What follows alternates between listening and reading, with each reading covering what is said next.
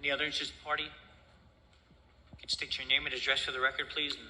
Good evening, Antonio Latona, 29 Samuel Ave. Mr. Poverelli, can you swear him in, please? Okay, please raise your right hand and be sworn in this matter pending before the Zoning Board of Adjustment in the city of Clifton. Do you swear to tell the truth, the whole truth, and nothing but the truth, so help you God? I do. Thank you. All right, so I just got two quick questions. For those who don't know me, I've been a fireman in this town my whole life, so I've seen some of the problems on some of these developments. So the first one with the parking, the coefficient that's used, if you look at project after the gentleman spoke, the Avenue, the prime example on Passaic Ave. So we use this coefficient on how many cars are going to be used and the underground parking that they made for it. And if anyone goes on Passaic Ave now, we all know if you drive up and down Passaic Ave, 50, 60, 80 cars are lined up and down on both sides. So question one is, like the neighbors are saying, is there going to be a no parking for the neighbors, that the unit needs to be self-contained? So if they get X amount of parking spots, that's all they get for the neighbors. And what could be done to change that coefficient, as everyone has cars today? And if you look at development after development in this town, we keep using these same numbers, that definition of insanity, doing the same thing over and over, expecting a different result. So my question is, one, on the parking, will the neighbors be protected with some type of no parking, that it has to be self-contained, is my first question. I don't think I can answer that. That would be more of a municipal question. I will tell you that the last hearing, our traffic engineer described all the things that you're asking. He will come back tonight if need be, but the parking has not changed in terms of its count, and we do meet the requirement. I want to make that clear. Mr. Graviano, do you want to just go over the, or Mr. Kunis, the RSIS standards? Because we always get this. We feel the same way, Mr. Latona. We have the same issues, we have the same concerns, and every time and time again, that's this New Jersey state law. So we're kind of handcuffed to the New Jersey state law. Every time we say something, it doesn't matter. The law is the law. It goes to court, and the judge says, you only need this many parking spots. Even though we feel they need more, our hands are tied. So, Mr. Kunis, can you just explain? Sure. So, yeah, with respect to the parking requirements per RSIS, it's state statute, 1.8 spaces per a one-bedroom unit, 2 spaces per a two-bedroom unit. Those are the parking requirements. And that's by New Jersey statute, correct? Yes, that's state statute, New Jersey Administrative Code. And even though we've seen time and time again that sometimes it doesn't work, and we see a lot of overcrowd, there's not much that we can do about it. They're bound to comply with the residential site improvement standards. So. Okay, well, I just want to give him an answer. I was looking for an answer, just like we are. So then my only question then for the board on this one, before I move to the second question, is consider for the neighbors on West, 3rd, 4th, and all the streets permit parking to protect their residency. So that's my first question for the board to consider. My second one is, again, with infrastructure.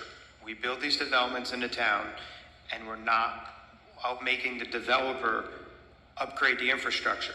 So if you look at what happened on Patricia Place years ago, the taxpayers ended up years later spending millions of dollars to upgrade the water and sewer piping, because we allowed those units to get built without the developer upgrading the sewer and the water pipes to double the size, to, you know, change old 80-year-old pipes.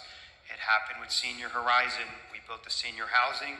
We didn't do the upgrades to the infrastructure on the developer, and now all those small businesses are underwater and closed down on Clifton Ave by the bridge. So my one question, with this development going up, will you, the board, require the developer adding all these water and sewer into the systems and all the possible flooding, upgrade the water pipes to sewer pipes, because are their homes and streets going to end up getting flooded when you turn that area and you take away all the grassy area for it to be sucked in?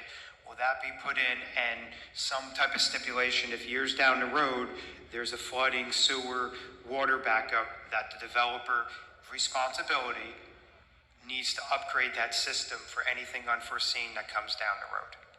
We've actually done that for every application that comes in front of us. We have Nagley Engineering, they go and they inspect it, they do cameras, they make sure that the sewer can handle it, the water can handle it. If it can't, then they recommend either upsize on the pipe or something like that. But every application that I could remember in here, now whether it happens or not, but everyone that's in the report, they have them go and they check them and they camera them. Okay, with all due respect, I don't mean to be rude, but their reporting isn't very well, because in every one of these development areas, sewer, water backup, flooding is occurring.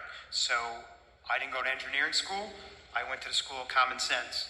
If you add hundreds of units to an area,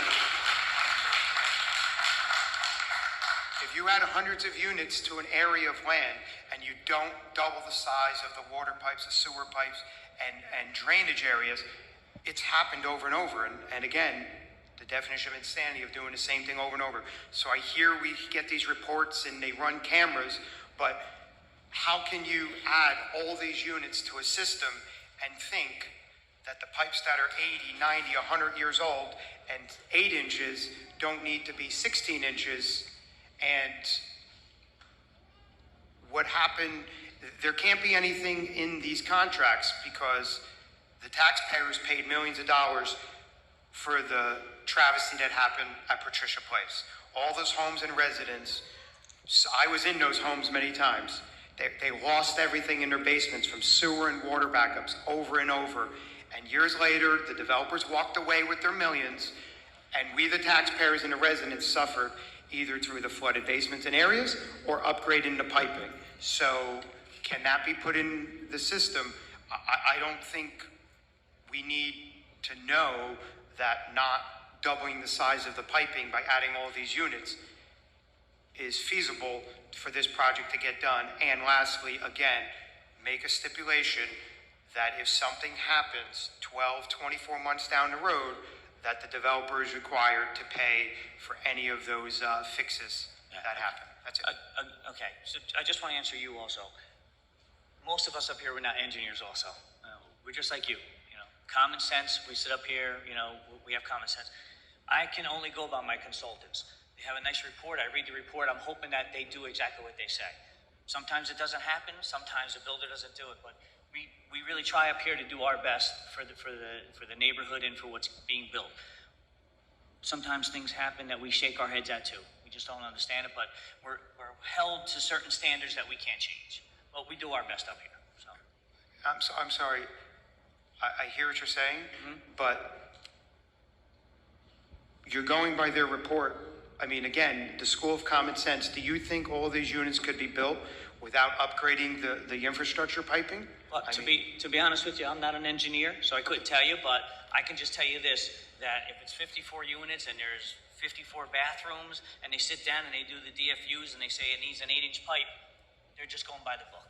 Okay. So lastly then, please consider putting into the application, if you're going to do that, I think it should be upgraded and the pipes should be replaced and new, because project after project, I hear what you're saying, but that has not been true. So obviously the engineers are missing something, and the taxpayers are getting, and the residents are paying the cost. So please consider putting into the application that anything that goes wrong or changes, that the developers and the contractors need to pay for those changes. That's it. Thank you. You're welcome. Any other questions for the architect? Please.